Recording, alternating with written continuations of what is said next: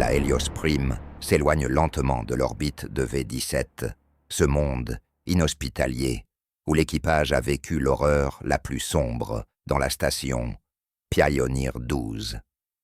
Ethan Carter se tient immobile devant la console principale, fixant les écrans qui montrent la planète se réduire peu à peu à l'état de simple point verdâtre perdu dans l'espace.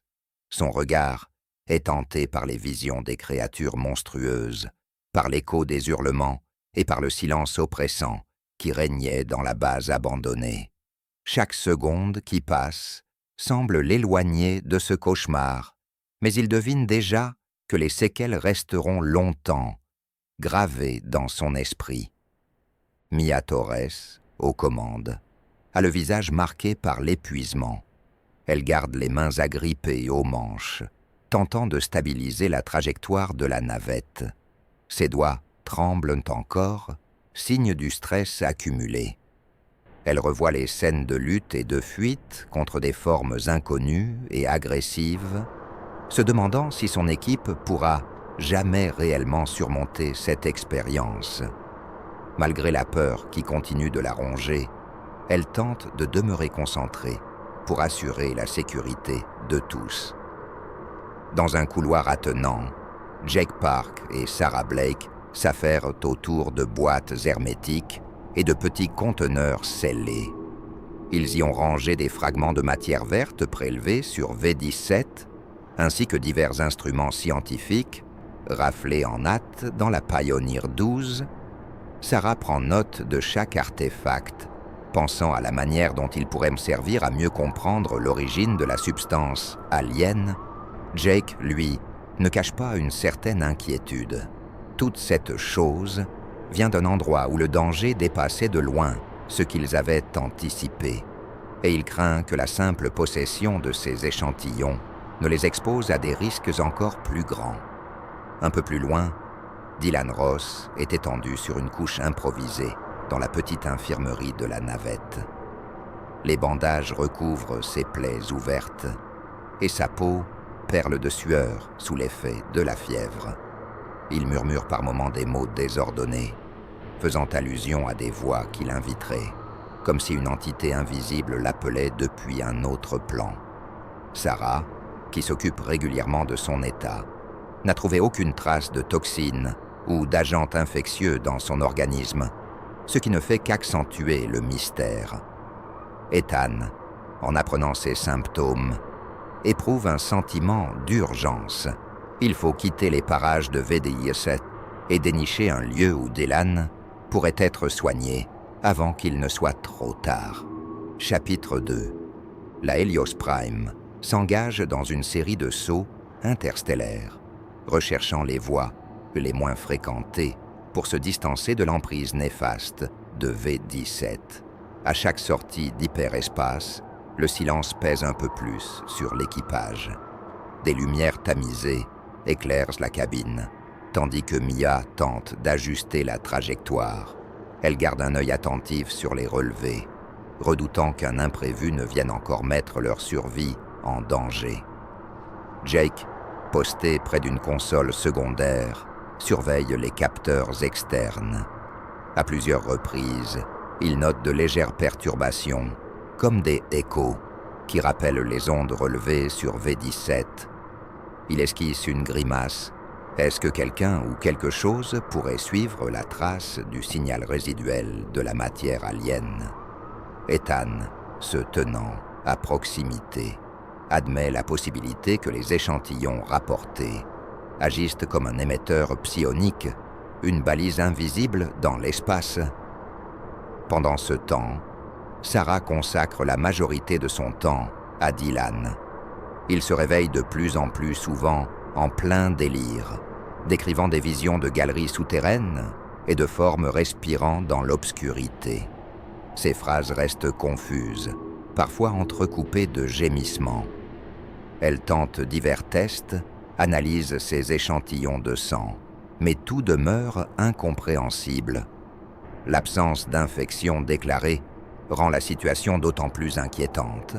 Si ce n'est pas un virus ou une bactérie, alors quoi? Finalement, Emilia mentionne la rumeur d'une base nommée Station Erebo. Elle en a entendu parler lors de missions précédentes, mais sans certitude quant à son emplacement exact ou son activité. Ethan, voyant les provisions diminuer et l'état de Dylan empirer, se résout à se diriger vers les coordonnées approximatives de cette hypothétique station. Il sait qu'il joue à leur va-tout. S'il n'y a rien là-bas, il risque de se retrouver seul et à court de ressources dans l'immensité spatiale. Chapitre 3. Après plusieurs sauts, la Helios Prime émerge dans le système où la station Erebo devrait se situer. Mais le vide qu'il découvre est total.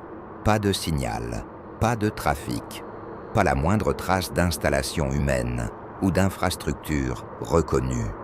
L'équipage commence à perdre espoir. Le carburant et les vivres sont en baisse critique et les forces de chacun s'amenuisent. Ethan prend alors la décision d'atterrir sur la planète la plus proche, une sphère rocailleuse et austère, cataloguée sous le nom LV-421. L'objectif est de réparer la navette, de réorganiser un minimum les stocks et, qui sait, de trouver sur place quelque chose qui pourrait stabiliser l'état de Dylan. La descente vers le V420 et 1 est turbulente. Les senseurs indiquent un sol abrupt, des vents violents et surtout des structures métalliques enfouies, signe probable d'une ancienne colonie ou d'un complexe oublié. Emilia parvient tant bien que mal à poser la navette dans un canyon, à l'abri d'éventuelles tempêtes de poussière. Ethan, Jake et Mia enfilent des combinaisons pour explorer les environs, tandis que Sarah reste à bord pour veiller sur Dylan et garder un œil sur la console de bord. En progressant dans un paysage morne, composé de roches grises et de sable rouge, ils tombent sur ce qui ressemble à des couloirs effondrés et des tours métalliques ravagées par le temps. À l'intérieur d'un de ces couloirs, de vieilles capsules de confinement surgissent dans la pénombre, couvertes de poussière et de débris.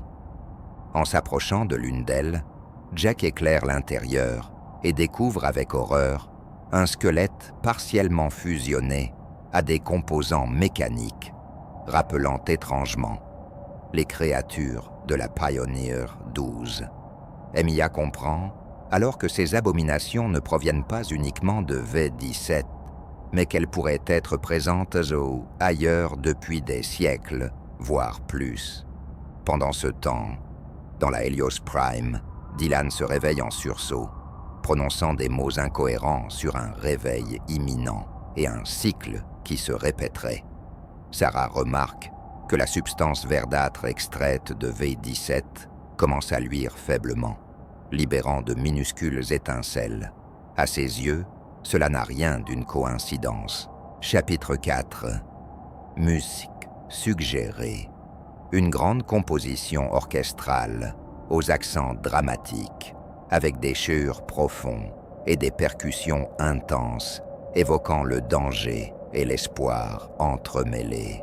Dans un couloir plus profond de LV-421, Ethan, Jake et Mia atteignent une salle plus vaste, comme un hall cérémoniel ou un centre de contrôle abandonné. Des colonnes métalliques se dressent, fendues et couvertes de motifs qui évoquent de lointaines civilisations, tandis que des morceaux de parois gisent au sol dans un chaos de ruines. Des inscriptions inquiétantes rappellent vaguement celles de V-17, confirmant un lien possible entre ces lieux. Au centre de la pièce, une étrange plateforme porte un orbe métallique émettant une lueur vert pâle. On dirait un cœur palpitant dans l'obscurité, attirant irrésistiblement le regard. Jake s'avance, méfiant. Il sait que ce genre d'artefact peut se révéler à la fois précieux et fatal. Mia, fascinée, y voit la promesse d'un moyen de soigner Dylan et de comprendre enfin la nature de cette menace qui les poursuit depuis la Pioneer 12. Ethan décide de s'en approcher. Au moment où il effleure l'orbe, une lumière aveuglante se propage sur les murs, comme si des inscriptions invisibles se révélaient. Le sol se met à trembler. L'écho d'une force titanesque retentit, et dans leurs esprits résonne une voix. Elle parle d'un cycle éternel, d'une répétition inévitable des mêmes événements. Des pans de murs se fissurent, des piliers s'effondrent.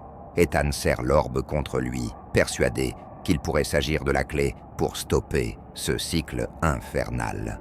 Jake aide Mia à éviter les décombres, et tous trois se lancent dans une course d'éperdus vers la sortie, bondissant entre les gravats et les poutres métalliques qui s'abattent. Chaque seconde compte, la salle s'écroule presque sur leurs talons.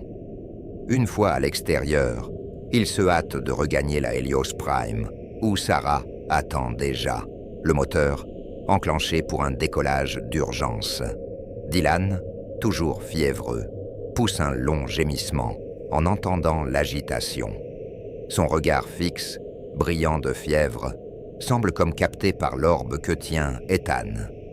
Il prononce alors, entre deux souffles, le signal final. Dans un grondement sourd, la navette s'élève, abandonnant LV-421 et ses ruines qui s'écroulent dans un fracas de métal et de roches. Mia s'installe fermement aux commandes, déterminée à sortir de l'atmosphère le plus vite possible. Jake, quant à lui, ne peut chasser l'idée que ce qu'ils viennent de réveiller dépasse tout ce qu'ils ont connu jusque-là. Ethan observe l'orbe, résolu à en percer les mystères, convaincu que c'est le seul espoir de sauver Dylan. Sarah, sentant la tension culminer, se prépare déjà à étudier l'objet sous toutes ses coutures, prête à prendre tous les risques pour trouver un remède. Mais au fond d'elle, elle craint que cette découverte n'ouvre la porte à une menace d'une ampleur encore inimaginable, dont la Pioneer 12 et V-17 n'auraient été que l'avant-goût. Créer ces histoires demande du temps, du dévouement et beaucoup de passion. Chaque épisode est conçu avec le plus grand soin par Pierre Bonaparte pour vous offrir une expérience unique. Si vous voulez voir plus d'histoires comme celle-ci, abonnez-vous et activez la cloche pour ne rien manquer des prochains épisodes. Et si vous souhaitez soutenir encore plus le projet, même une petite contribution fait une énorme différence. Cela permet à la chaîne de se développer davantage et d'offrir des histoires toujours plus immersives avec des sons et des visuels qui vous transporteront dans un autre monde.